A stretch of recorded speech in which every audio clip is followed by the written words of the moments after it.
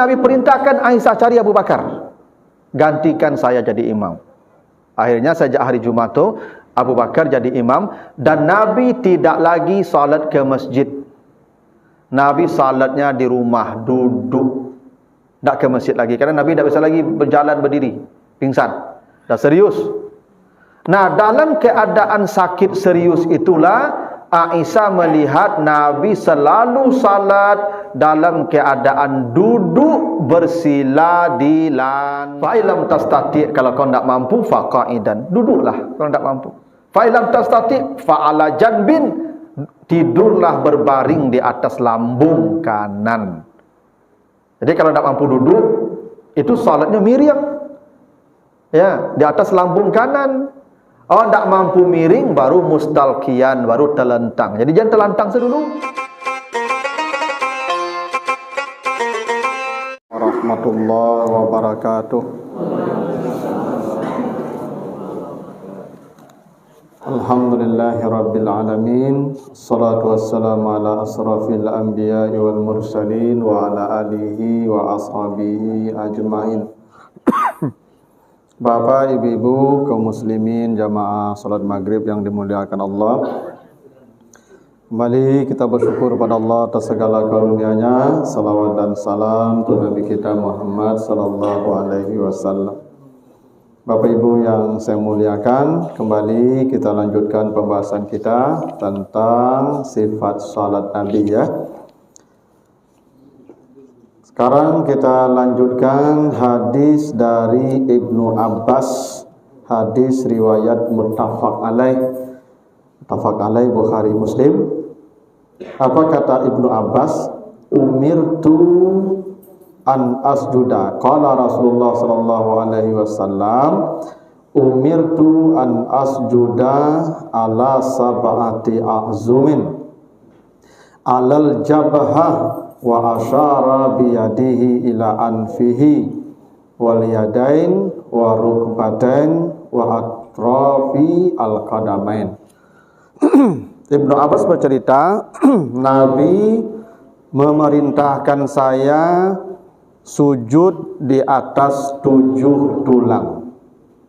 Jadi kata Ibnu Abbas, Nabi memerintahkan, ya, bahwa saya sujudnya di atas 7 tulang, sab'ah a'zum. Apa 7 tulang itu? Alal jabha wa asyara biyadih ila anfi. Yang pertama kata Nabi jabhah. Jabhah itu artinya jidat, kening. Tapi Nabi tunjuknya ke sini. Nah, dalam hadis begitu, ya. Kata Nabi, yang pertama kali, ya, tulang yang mesti menyentuh tanah adalah jabhah. Tapi tunjuknya ke hidung, tidak ke sini. Kalau jabhah sini tunjuknya, karena kening ini. Tapi Nabi sebutkan kening, tunjuknya ke hidung. Apa maknanya itu? Yang disebutkan wajib, yang disebutkan kening, jabhah. Hidung seperti kening, mendekati wajib. Itu kenapa tidak boleh salat pakai masker. Ya, karena begitu. Ini wajib menyentuh lantai. Ditunjuk Nabi di sini, disebut Nabi jabhah, tapi tunjuk ke sini, harus ke sini kalau jabhah. Nah, itu kenapa dalam hadis Ibnu Majah Nabi dikatakan naha Rasulullah sallallahu alaihi wasallam ayyughattiyar rajulu fahu fis shalah. Rasulullah melarang seseorang menutup mulutnya dalam salat. Dilarang. Tapi para ulama memahami larangan itu bersifat makruh, tidak sampai ke level haram. Karena Ibnu Majah menempatkan hadis melarang menutup mulut dalam salat itu dalam bab ma yukrahu fis salah, bab perkara yang dimakruhkan di dalam salat. Jadi kalau kening kita tidak menyentuh lantai, berarti salatnya tidak sah, karena sujudnya tidak sah. Karena sujud itu rukun salat. Tapi kalau hidung seperti kening, tapi tidak wajib seperti kening. Dia mendekati kening hukumnya. Makanya makruh kalau hidung kita tidak menyentuh lantai. Makanya Bapak Ibu kalau sujud, kening dan hidung itu sejajar ke lantai. Tapi hidung ni kenapa tidak sekeras kening? Ya, karena hidung itu macam-macam. Kalau hidungnya panjang, bisa capit menyentuh lantai. Tapi kalau hidungnya mini, kalau ada hidungku mini, Ibu, kan minimalis, maka disesuaikan saja dengan kondisi hidung. Gitu. Karena itu bapak-bapak kalau pakai peci tidak boleh salatnya sujud begini. Makanya peci itu ditaruhnya di batas tumbuh rambut. Karena peci itu digunakan untuk mencegah rambut menghalangi kening ke tempat sujud. Dulu kan rambut orang panjang-panjang, termasuk Nabi itu rambutnya sampai sebahu ceritanya itu. Maka peci ini atau penutup kepala ini atau sorban bagi orang Arab itu untuk mengikat rambut supaya ketika sujud tidak menghalangi kening kita sampai ke lantai. Makanya bapak-bapak perhatikan kalau sembahyang, kalau salat, pecinya jangan tataku. Kok peci berdeko mencari gulai ayam ke Pak? Dulu di kampung petang-petang kami mendoa cari gulai ayam gitu Pak. Mulut Nabi. Ibu-ibu pakai mukena, jangan mukena ibu tu menutupi kening. Maka ditarik mukena ibu tu agak sampai ke atas batas tumbuh rambut. Sebab ibu kalau tidak sujud keningnya ke lantai, ya tidak sah sujudnya. Ada sebagian ibu-ibu menjulurkan mukenanya ke depan, sehingga dia sujud di atas mukenahnya, maka sujudnya tidak sah. Karena dia sujud di atas pakaian yang dia pakai. Sujud itu di atas tanah, di atas lantai, alal ard, bukan di atas pakaian kita. Kecuali itu pakaian dari awal memang di lantai, itu namanya sajadah. Kayak begini, kayak Bapak Ibu punya nih, tidak apa-apa. Tapi kalau dipakai, tu dek kumuh bantuan ibu juluan ke muka. Sujud ibu di atas mukena itu, tidak sah sujudnya itu. Karena keningnya tidak bersentuhan dengan bumi. Itu ya. Inilah yang menjadi dalil Bapak Ibu. Salat itu tidak boleh di atas pesawat. Karena di atas pesawat tidak di atas tanah. Makanya kalau Bapak Ibu naik pesawat, maka jamak nanti di tanah salatnya. Karena tubuh kita ini harus menyentuh tanah dalam salat. Kecuali salatnya di bulan itu lain soal. Atau memang salat subuh yang pesawat tidak akan landing. Mungkin landing pesawat beko jam 9 pagi je di Jeddah misalnya. Atau salat di atas pesawat. Itu darurat. Dan tak mungkin dijamak, karena tidak ada tempat menjamaknya kalau salat subuh. Tapi kalau zuhur bisa dijamak ke asar, maghrib bisa dijamak ke isya. Tunggu pesawat turun ke tanah dulu, karena salat itu di atas tanah, karena alal ard, ya, sujudnya di atas tanah. Jababa wad'ul jabha alal ard, itu yang sujud meletakkan kening ke atas tanah. Ya, jadi jangan Bapak Ibu gegabah saja. Kalau salat di mobil bisa, karena mobil di atas tanah. Gitu. Kalau salat di atas kapal laut bisa, karena di atas tanah. Salat di kereta api bisa, karena di atas tanah. Di pesawat enggak, karena tidak di atas tanah. Tunggu ke tanahnya lu. Gitu. Lateral landingnya, baru salat di atas pesawat itu. Ya, kecuali subuh yang mungkin tidak bisa dijamak.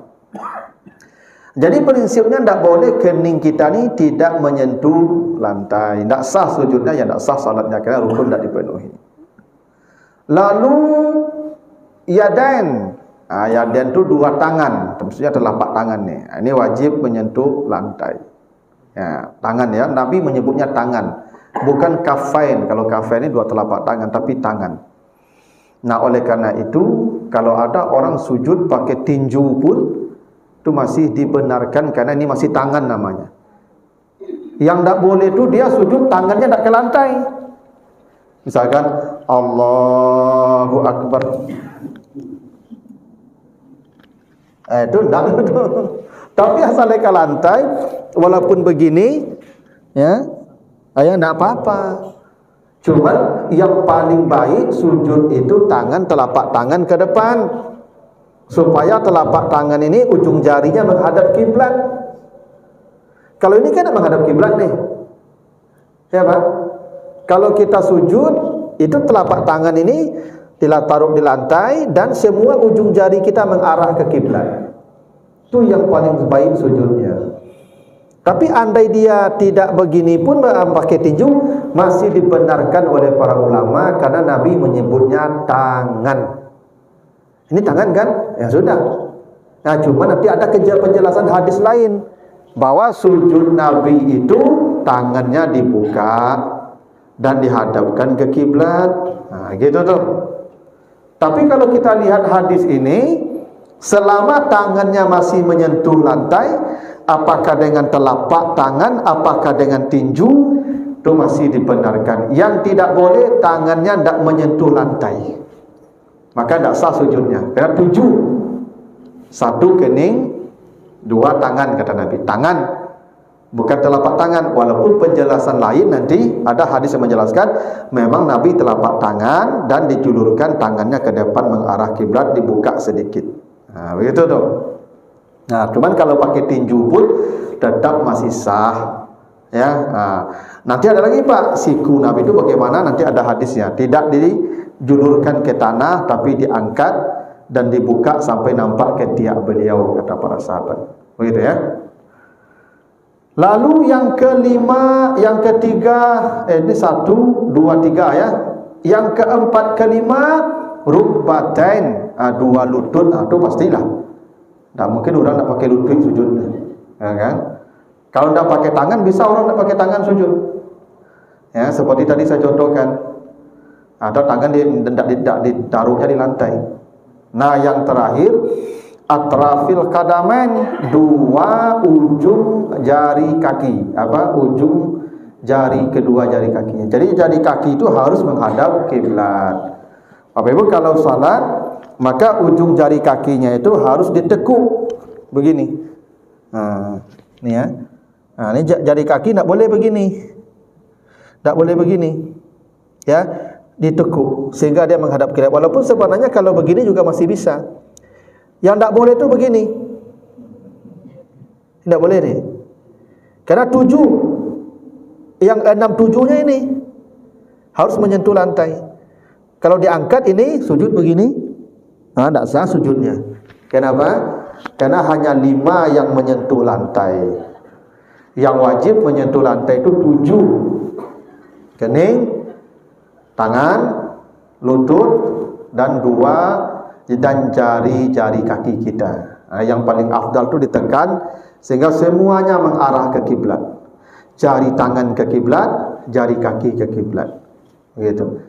Itu kenapa saya katakan, Bapak Ibu kalau berdiri, berdiri itu jangan buka kakinya begini. Ya, tapi buka kaki itu sehingga ujung jari kaki pun tetap ke kiblat semua.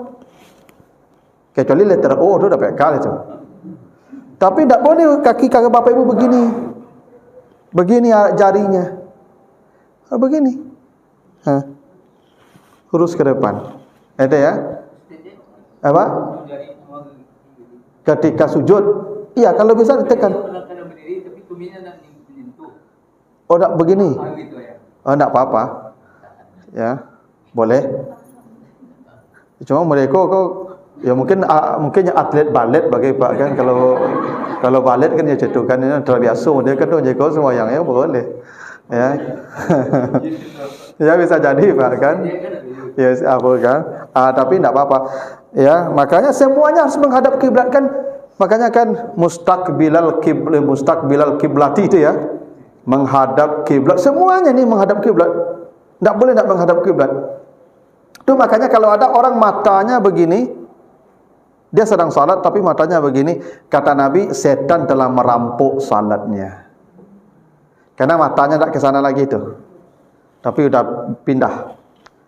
Karena semuanya hadapkan kepada Allah. Makanya inni wajjahtu wajhiyya lillazi fataras samawati. Tak boleh satu pun yang tidak menghadap kepada Allah. Mata pun semuanya menghadap kepada Allah. Itu makanya jangan sembahyang sambil mengasuh cucu. Kau cucunya lelo kabel kan kaji-kaji jadi cucunya lelo kabel tu. Ya kan ada sekarang ibu mengasuh cucu sembahyang Pak. Dah cali ke cucu tu kan. Hanya lelo kabel atau kaji-kaji pada kau salah sembahyang. Itu. Karena tak boleh mata kita ke yang lain kecuali dihadapkan ke tempat sujud ke kiblat. Ya, karena tempat sujud ya ke kiblat. Itu maksudnya. Ya. Baik. Nah, hadis dari Ibnu Mujainah, hadis riwayat Bukhari Muslim muttafaq alaih. Kana Rasulullah iza shalla wajada wa sajada farraja baina yadai hatta yabdu bayadu ibtaihi. Itu ya.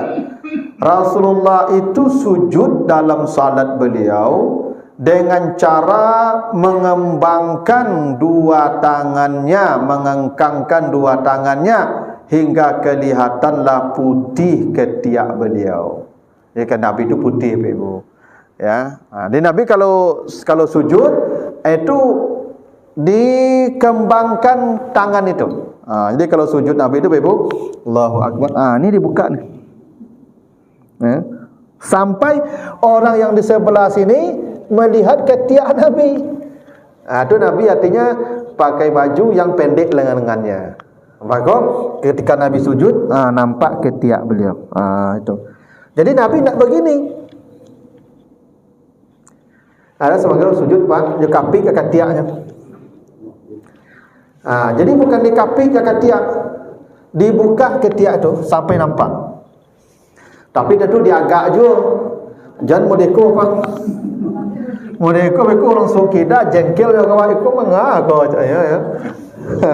Makanya Bapak Ibu dibuka begini sampai tampak ketiak. Beginilah cerita Nabi salat. Ya. Jadi kalau Nabi salat artinya tangan beliau diangkat dan dibuka begini sampai orang samping kanan kiri bisa menengok ketiak beliau, gitu kata para sahabat. Ya, ketiak Nabi itu putih. Bedanya ketiak Pak. Kalau ketiak hitam ya. Kalau perempuan itu tidak ada disuruh harus menempelkan ke dada. Sama, laki perempuan sama. Cuman dalam mazhab Syafi'i perempuan ditarik ke dada. Sikunya ditarik ke dada, menempel ke dadanya. Bagus model itu Syafi'i berpendapat tu pendapat, tidak ada hadisnya. Pendapat saya belum menemukan hadisnya. Perempuan disuruhkan ke sini tidak. Kenapa begitu pendapat Syafi'i? Karena zaman dulu tidak ada pengaman. Ketika sujud tu diamankan jo siku. Kalau kini lah ada pengaman kampang salah lain kawan. Gitu dah. Itu zaman dulu begitu. Itu pendapat As-Syafi'i begitu. Tapi tidak ada Nabi membedakan sujud laki-laki perempuan. Begitu cara sujud ya, tangannya diangkat dan dibuka sampai nampak ketiak. Jadi bukan dikapian. Itu makanya berwudu itu diperintah Nabi ghurran muhajjalin. Apa itu ghurran muhajjalin? Kalau diperintah Allah membasuh tangan sampai siku, maka basuh sampai ketiak. Itu namanya ghurran muhajjalin. Itu makanya Nabi berwudu di rumah, tidak pada di masjid. Kalau Nabi kalau berwudu buka baju, basuh ketiak pakai. Lagi siang tu tengah hari tu enggak baik baunya tu. Mereka dibuka, mereka kan orang sawalah kan, hendak kedake je bisu lah ya tu jalan sawalah tu. Baik baunya tu. Maka dibasuh. Namanya ghurran muhajjalin. Itu akan bercahaya terang di akhirat nanti itu. Karena kita sujud membuka ketiak dan itu pasti aromanya. Ya, itu kenapa saya Ibu kalau pergi ceramah itu 4 lapis baju saya itu, ya, anak baju, baju kaos, baju batik, jas. Bapak hampir lapi tak menggayah boleh ke menghindari aroma. Ambo ceramah aku dong liasia biu, tu tak wasil guys. Masaji kadang ya kan, kalau kari suara pebu keringi banyak basah badan begitu mah. Kalau ambo pakai box set, pakai batik langsung berahi begitu mah. Ambo kambang sujud kan. Kecik orang sawalah ambo bantu saya gagal ustaz namanya. Bangun ketiak. Ya. Iya tu. Jadi fitnah ada orang kan. Hancak ambo pakai ko. Kalau box set tembus ada kaos, tembus ada batik, tembus aku tak apa, aku ada tembus tu kau. Makanya aku kalau buka ketiak aku aman, orang sewalah aku kalau pergi badan aku lupa aman, sampai rapi. Itu antisipasi nama itu. Karena ketiak kita dibuka kalau lagi sujud. Itu ceritanya. Lalu hadis dari Al-Barra, hadis riwayat Muslim. Iza sajadta, ni Nabi berkata ni, iza sajadta fadha kaffaika warfa mirfaqaika. Itu perintah Nabi ke Al-Bara bin Azib. Bila engkau sujud, maka letakkanlah 2 telapak tanganmu dan angkatlah 2 sikumu. Ini penjelasan tambahan dari hadis yang tadi. Yang tadi tangan. Sekarang Nabi perintahkan lagi. Kalau engkau sujud, letakkanlah 2 telapak tangan. Betul jelas ya? Itu 2 telapak tangan. Walaupun kalau dikatakan pakai tinju boleh kerana masuk ke umuman hadis tadi. Tangan. Tinju bagian tangan. Ya sudahlah. Tapi kalau ingin sempurnanya berdasarkan hadis ini, telapak tanganmu letakkan ke lantai. Lalu angkatlah sikumu. Itu dari itu. Maka tidak boleh sujud itu seperti binatang buas menanti mangsa. Ya, tidak boleh. Bagaimana binatang buas menanti mangsa? Sujudnya Allahu Akbar. Tangannya begini. Ini binatang buas nih. Untuk kan kalau nampak singu atau harimau enggak, mau diikut kan? Anjing kucing itu kan? Enggak boleh sujud begitu. Siku kita rata dengan lantai. Itu enggak boleh. Ya dilarang Nabi.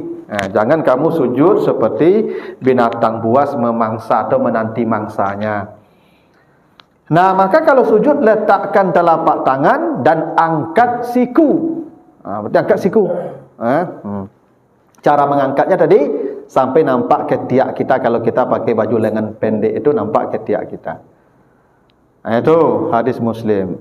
Hadis dari Wa'il bin Hujur, kana Rasulullah iza raka'a farraja baina asabihi wa iza sajada damma asabi'ahu.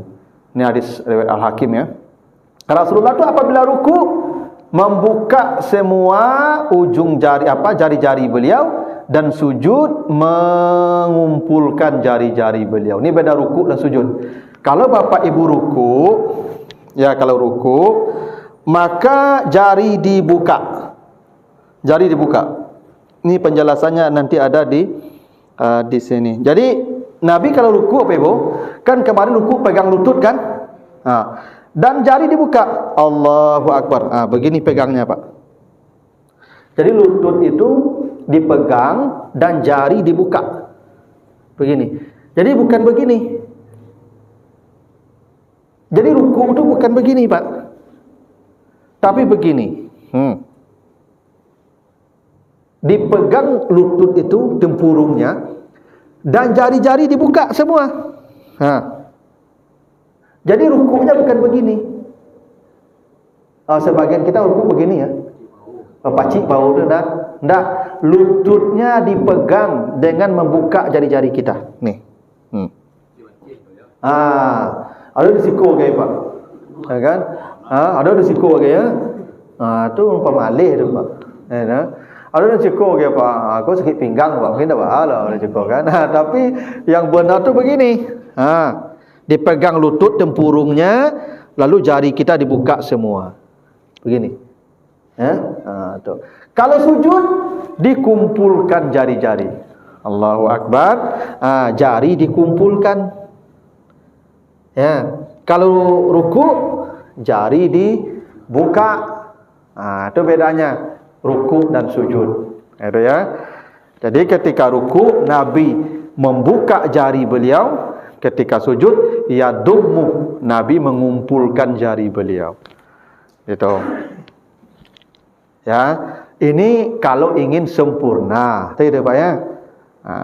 Tapi sepanjang rukun syarat dipenuhi, ya dia sah. Tapi kesempurnaannya tentu bagaimana detailnya ibadah Nabi itu kita ketahui dan kita ikuti. Lalu hadis dari Aisyah, Ra'aitu Rasulullah sallallahu alaihi wasallam yusalli mutarabbi'an. Saya lihat Rasulullah itu salat ketika sakit duduk bersila. Ini Pak. Nabi itu Bapak Ibu ketika sakit serius sejak Jumat malam. Nabi meninggal Senin setelah subuh, ya di waktu duha Nabi meninggal Senin. Ada mengatakan Selasa, tapi tanggalnya 12 Rabiul Awal.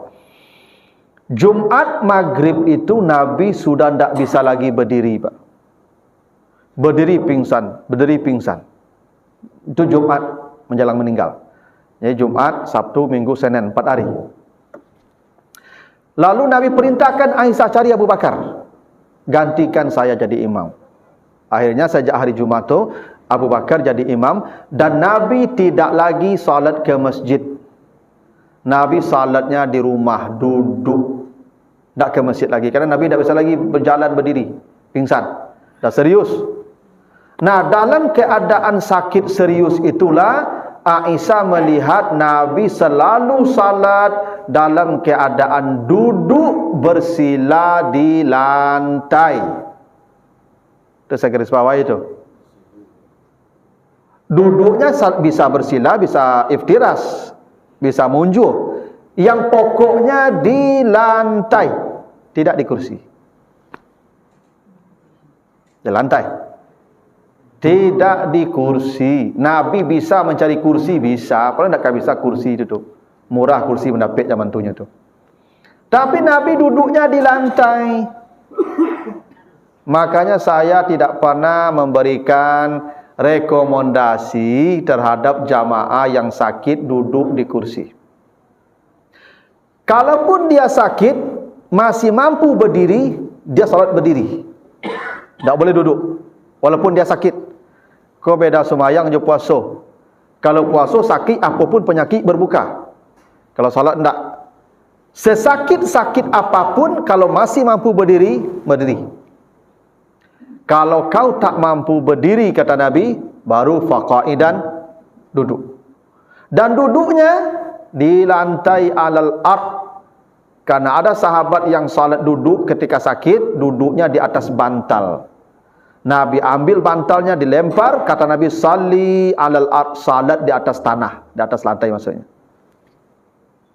Makanya saya kadang-kadang ibu tak tahu ini salat di kursi ini dasarnya dari mana. Zaman sesuk orang di kampung orang ketika ketik-ketik banyak orang sakit, orang gak ke masjid tapi tak pernah duduk di kursi tu. Duduk di lantai Pak. Ada yang iftiras, ada yang baselo, ada yang munjul. Kadang ada orang sebagian di Padang Pak Ibu, ke masjid lama letangnya Pak. Nyoba lo kursi tu Pak. Tiba di masjid nyobantang kursi, duduk di kursi sembahyang. Tak pernah ada dalilnya. Yang ada tu Nabi marahi sahabat yang duduk di atas bantalnya. Kata Nabi, duduk di lantai. Karena salat tu penghambaan. Yang namanya hamba duduk di bawah, duduk di kursi itu para raja. Bukan hamba di kursi, para raja. Kecuali, ada kecualinya memang. Apa kau memang yo ndak bisa di lantai lo. Lanyo cubo di lantai, rasa kaputui pinggangnya. Lanyo cubo di lantai, indak taluk jo badannya lo. Mungkin bobot tu kadang. Itu Allah Maha tahu, pakai kursi lah. Ikut ndak lepaknya masih di lantai Pak, tapi nyo malih di lantai. Tak sah salatnya tu. Kenapa? Prinsip salat tu Pak Ibu, berdiri. Yang tak mampu berdiri, duduk. Tapi duduknya contoh Nabi jangan di kursi, di lantai. Kecuali dalam kasus seperti memang tak bisa di lantai dan cuba tak taduk lah. Ya. Karena yang namanya salat itu kehinaan tu makanya kan tengok di atas di lantai. Tu hina awak tu. Kan semua gerakan salat tu penghambaan, penghinaan. Berdiri. Berdiri itu kan kehinaan tak? Hadirin diharap berdiri. Tak orang bawahan Pak berdiri tu. Takbir, Allahu Akbar. Itu penghinaan tu. Hormat, gerak tak itu Pak. Ruku, raja-raja lalu lukut. Menunduk punggung mana? Sujud, sujud lebih hina lagi Pak. Duduk bersimpuh di lantai itu duduk para hamba. Tak abdi-abdi dulu duduk, para budak tak di bawah duduk Pak ya. Yang di kursi, maka di kursi itu sebenarnya kesombongan tu. Yang duduk di kursi itu hakikatnya kesombongan. Salat itu kehinaan. Apa yang menghalangi kita duduk di lantai coba? Apa masalahnya kita duduk bersila di lantai? Itu lain soal kalau memang tak taluk. Ini lain soal tu Pak. Memang tak taluk di lantai tu. Saat you mana pinggang sakit mana? Kursi lagi santai. Itu mungkin banyak sakit nama tu Pak. Itu sesuai kemampuan. Tapi tu mampu duduk di lantai. Tapi tak amu di lantai loh. Tak kesombongan nama itu. Padahal hakikat salat tu membuang semua sifat sombong di hati kita. Itu hakikat salat. Tu makanya ibadah salat tu bermula dari kesombongan iblis yang tak mau sujud.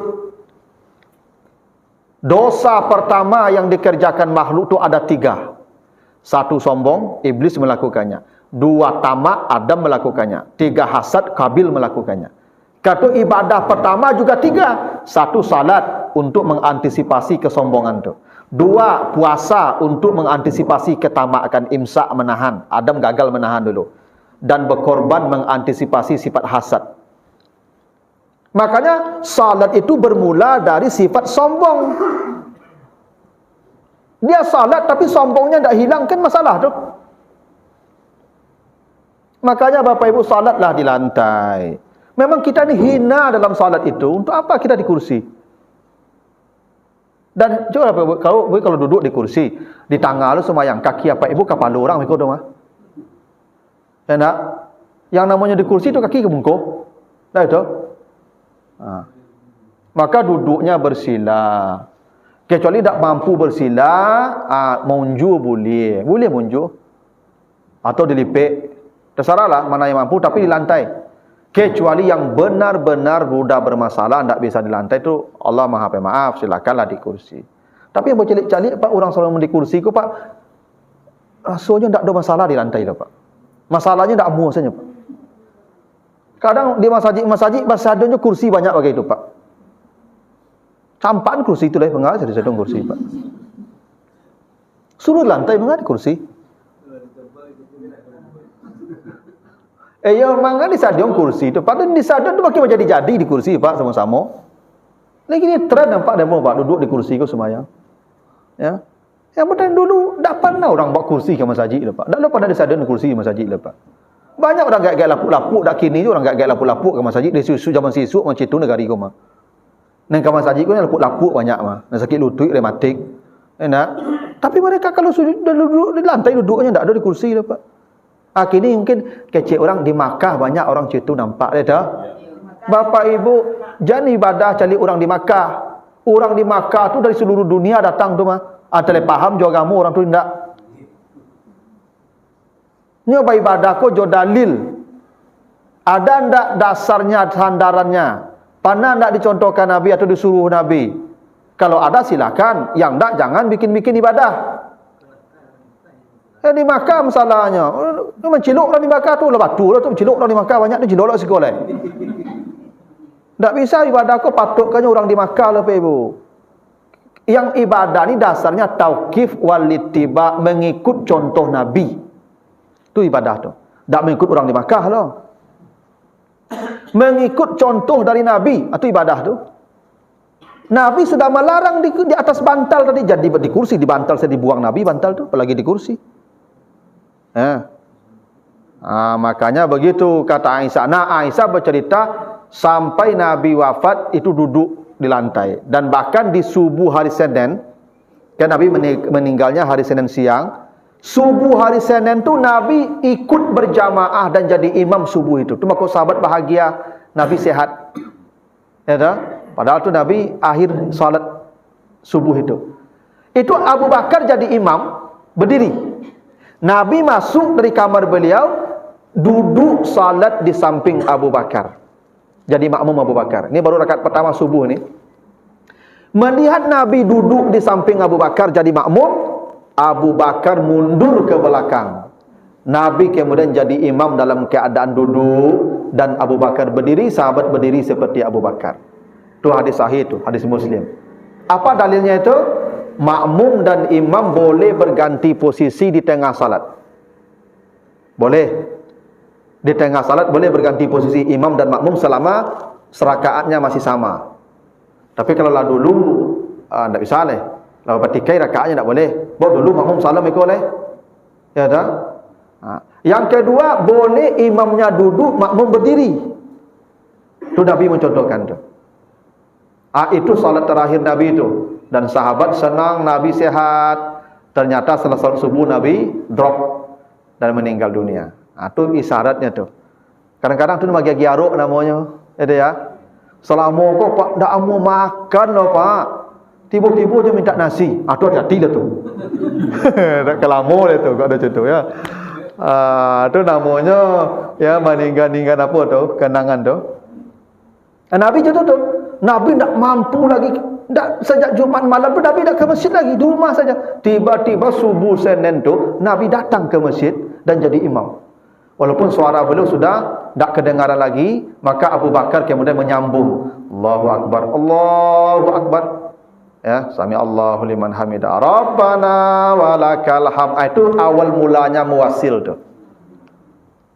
Ketika Nabi sakit parah, suara beliau tak keluar, hanya Abu Bakar yang mendengar, karena Abu Bakar di samping Nabi ketika itu, di belakang sedikit, maka Abu Bakar menyampaikan takbir Nabi, dan itu namanya muwasil tu. Sejak itulah ada muwasil. Hadis tu. Jadi kalau misalnya apa aku tak pernah duduk, tak pernah tagak begini, tiba-tibanya duduk berjalan ibu. Tu jangan tinggalnya tu. Ya. Jadi ketinggalan tu. Itulah terakhir tu malam itu tu. Ya tu. Tapi kalau 2 hari dah jadi mati dah, you sehat tu mah. Ya tu. Mana tahu pak ada kejadian model tu kan. Begitu ya keadaan ya salat ya ketika dalam keadaan sakit. Makanya Imran bin Husain itu mengadu ke Nabi, ya Rasulullah ini bawasir. Ya Rasulullah, saya ini sedang sakit saya. Bagaimana saya salat? Saya sakit. Kata Nabi, salli qa'iman, wajib berdiri walaupun kau sakit. Fa illam tastati, kalau kau tidak mampu, fa qa'idan, duduklah kalau tidak mampu. Fa illam tastati fa ala janbin, tidurlah berbaring di atas lambung kanan. Jadi kalau tidak mampu duduk, itu salatnya miring. Ya, di atas lambung kanan. Tidak mampu miring, baru mustalqiyan, baru telentang. Jadi jangan telantang sedulu. Telantang kalau tidak mampu, miring. Kalau tidak mampu, betul aturannya tu. Tak tiba-tiba saja telantang itu. Ya, Pak? Duduk kayak begitu pula. Tak mampu berdiri, baru duduk walaupun dalam keadaan sakit. Nabi itu duduk memang tak taluk tagak leh. Tagak pingsan, baru duduk Nabi leh. Gitu tu. Ya. Jadi ibu uku-uku saya lah boleh taluk duduk di lantai ndak. Kalau lantai duduk lu. Jangan di kursi lu duduk. Ya tu. Kalau separuh-separuh Pak Ustaz. Maksudnya Pak Ustaz, waktu berdirinya berdiri. Kemudian waktu sujud barunya pakai kursi duduk. Ini kan kondisinya memang dia ndak bisa duduk. Dia ndak bisa sujud, itu kondisinya kan? Memang ndak bisa sujud ke lantai. Dia pun ndak bisa duduk di lantai. Di kursi dia bisa. Ini kan ijtihad Pak. Tak ada contoh dari Nabi kan. Maka pendapat ulama boleh 2. 1, dari awal dia duduk saja. Dari awal duduk saja di kursi. Allahu Akbar. Nah, nanti angguk sujud lebih dalam dari angguk ruku. Waj'al sujudaka akhfat min ruku'ika. Allahu Akbar. Sami Allahu liman hamidah. Allahu Akbar. Itu boleh. Dari awal duduk saja. Ada yang membolehkan dia mampu berdiri kan? Berdiri dulu. Allahu Akbar. Ruku biasa. Iktidal biasa. Pas sujud kan sujud masalahnya. Maka dia baru duduk. Itu dua-duanya boleh karena ijtihadi sifatnya. Tidak ada contoh dari Nabi, tidak ada perintah, itu ijtihad. Walaupun sebagian mengatakan afdalnya duduk saja. Kenapa? Kalau duduk itu ya itu sujud lebih dalam dari ruku. Tapi kalau berdiri nanti rukunya justru lebih dalam dari sujudnya. Tapi itu pendapat. Orang boleh berbeda di situ.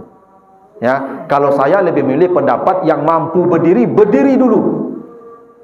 Jangan tinggalkan rukun, berdiri dulu. Ruku dia. Yang masalah kan pada sujud dan duduk di lantai, itu saja, ganti dengan duduk di kursi. Kalau memang kondisinya sudah sangat berat. Karena perintah Allah, ittaqullah mastata'tum. Beribadahlah kamu menurut kadar yang paling tinggi kemampuanmu. Bukan kadar yang paling bawah, kadar paling maksimal. Begitulah Bapak Ibu ya. Mudah-mudahan ada manfaatnya, lebih kurang mohon maaf. Subhanakallahumma wa bihamdika asyhadu an la ilaha illa anta astaghfiruka wa atubu ilaika. Wassalamualaikum warahmatullahi wabarakatuh.